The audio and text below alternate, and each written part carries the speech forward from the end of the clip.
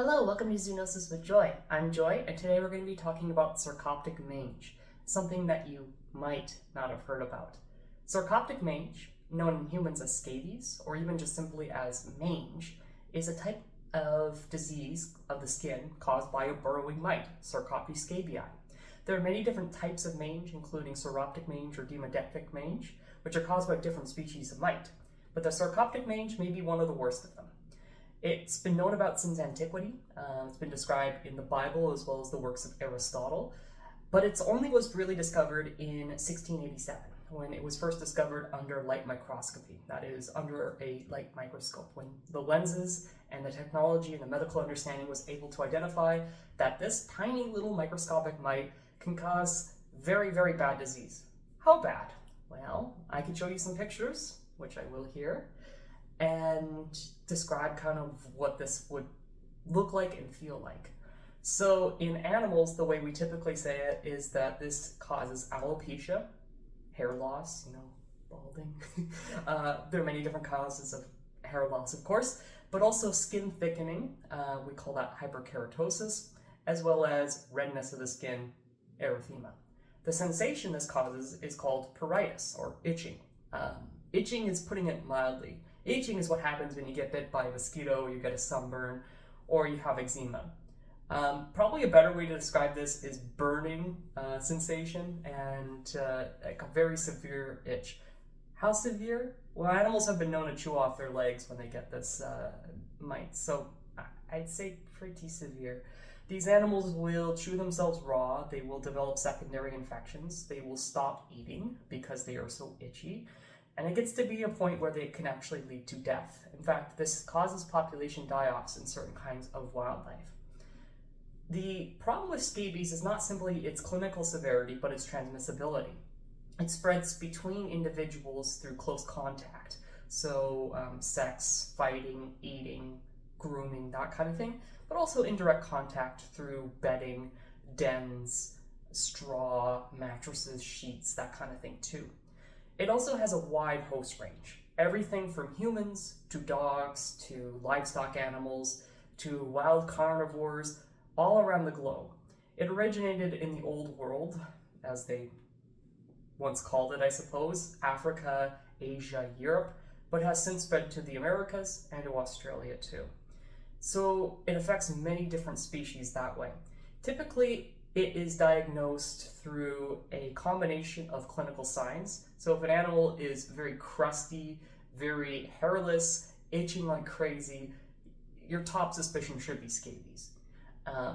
If you see anything like this in your animals at home, go stop what you're doing, close this video, go to your veterinarian immediately. Talk to them about regular parasite prevention. Because one of the major species that spreads scabies is dogs.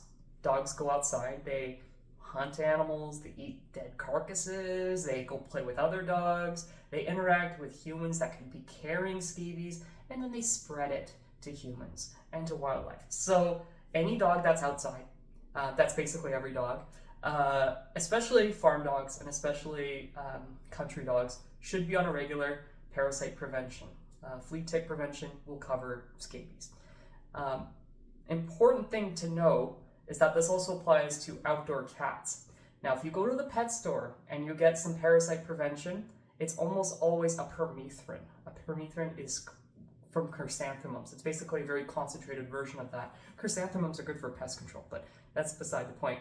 Chrysanthemum permethrins are very good for dogs, but they will kill your cat. Absolutely, under no circumstances, give your cat canine Advantix. It says so on the box. Don't do it. It's not cheaper. Talk to your veterinarian about an isoxazoline or something else. Typically, when humans get this, they get it as a form of, ivermectin. And ivermectin and avermectins and macrocytic galactones, that kind of thing, these parasite controls can be used for treating scabies very effectively. Humans that are most predisposed to getting scabies would be anyone who's in a crowding situation. So children that go to daycare, elderly people in care homes, prisoners, but also people who are lower on the socioeconomic hierarchy, so indigenous peoples, especially Australian Aboriginals, as well as Pacific Islanders living in communities, they're much more likely to get these sort of things. People who are LGBT, especially gay men, are more likely to get this, and people who are HIV positive are more likely to get very severe signs of this. And people typically get it from other people through sex, but also through sharing mattresses, sharing bedding. They get it from their dogs. They get it many different ways. The way that you treat it is with ivermectin. You have to get that through a prescription from your doctor. Don't go to your veterinarian asking for ivermectin. I promise you we will not distribute to you. So that being said, I've had the awkward conversation with clients where they bring me a dog that's very, very itchy, that shows the classic signs of scabies. We do a skin scraping. We find, lo and behold, lots of mites, and I say, we need to treat your dog for scabies, and go need to see a doctor right now. And they're like, well, can't you just prescribe that to me? And my answer is no, I don't prescribe medications to humans. All right, okay, rant over, soapbox over. So anyway, scabies. This is the awkward part where I tell you about the history of scabies. I talked to you a little bit about it before, but as I mentioned, it is native to Europe and Africa, that kind of thing, but it was deliberately introduced in certain parts of the world. Montana actually had a wolf cull. I'll probably do a video about wolf culls and wolves in the future. I love wolves quite a lot. But in 1905, they had a state law that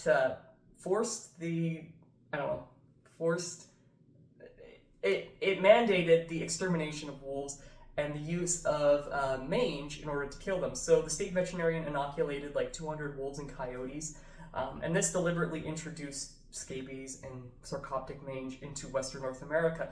As I mentioned, this is one of the worst ways you could possibly die, and this was used as a form of wildlife control. Do with that information what you will. It was also introduced to Australia. They're not exactly sure how, but it seems like in the 1930s, they first started finding this in the bare-nosed wombat, and it has caused major sort of population declines in that part of the world as well.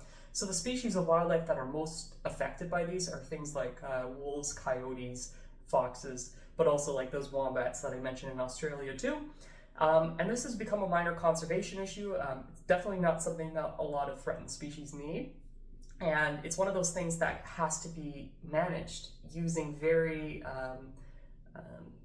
it's a tricky one to manage. Like I mentioned, you have to treat all members of the population. You have to decontaminate burrows, dens, places where animals are sleeping. So this is not something that can be easily expunged from a population. Treating animals with ivermectin is not necessarily good antimicrobial stewardship, and you think, well, who cares about that? But I guess it's microscopic. But anyway, anti-helminthic stewardship is probably the better way of putting that, because there's some parasites that actually grow resistance to this sort of stuff if we use it over and over and over again.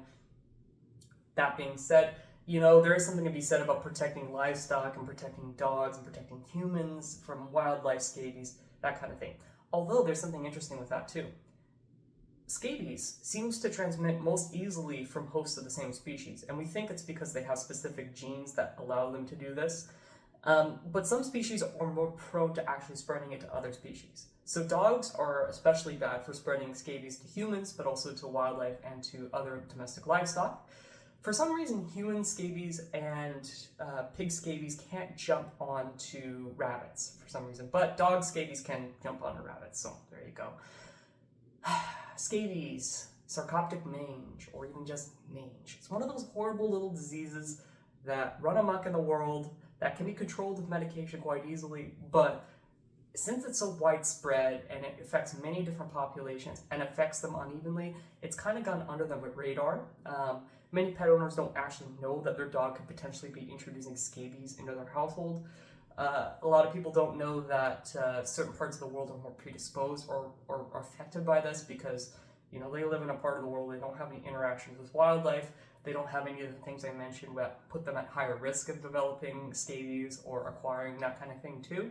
So it's not really a priority of many medical associations. It's often treated as an individual case by your doctor or your veterinarian, depending on what species we're talking about here, or it's treated as kind of, let's try to control it in this area for this period of time. So that's because it's a One Health problem. It will require coordination between veterinarians, doctors, conservationists, people of all different stripes and backgrounds with interdisciplinary knowledge.